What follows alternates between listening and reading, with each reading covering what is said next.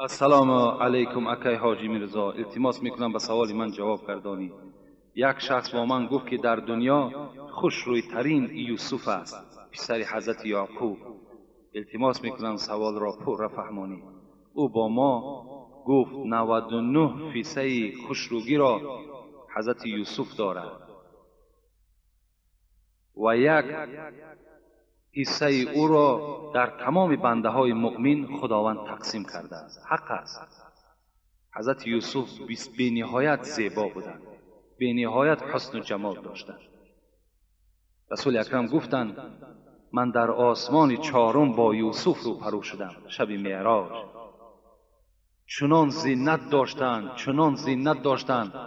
وقتی که در اصحابش این حکایت کرد که هیچ وصفی او را کردن ناممکن است. حتی در قرآن هم قصه یوسف میگذرد که زنهای مصر وقتی که یوسف دیدن در پیش خود همون سبزواتی داشتن برای ریزه کردن، حسن یوسف چنان به اونها غلبه کرد که دستهای خود بریدن و درکدار نشدند.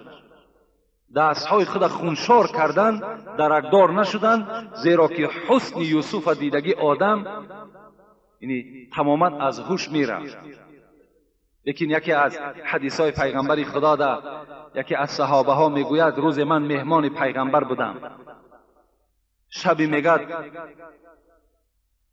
14 ماه بود میگد، یعنی شب 14 ماه چقدر روشن از زیبا هست. میگد من در پهلوی پیغمبر خدا نشسته بودم.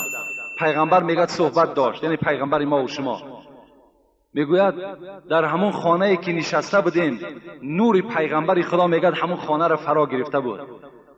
همین صحابه پیغمبر میگوید قسم به خدا میگوید من گاه میگد مهتاب نگاه میکردم روشنیشه، گاه میگد چهره پیغمبر خدا را به خدا قسم که چهره پیغمبر میگه از مهتاب دیده روشنتر بود. یعنی پیغمبر ما و شما از مهتاب هم دیده روشنتر بودند. یعنی حسن رسول اکرم از حسن یوسف هم دیده بالاتر بودند.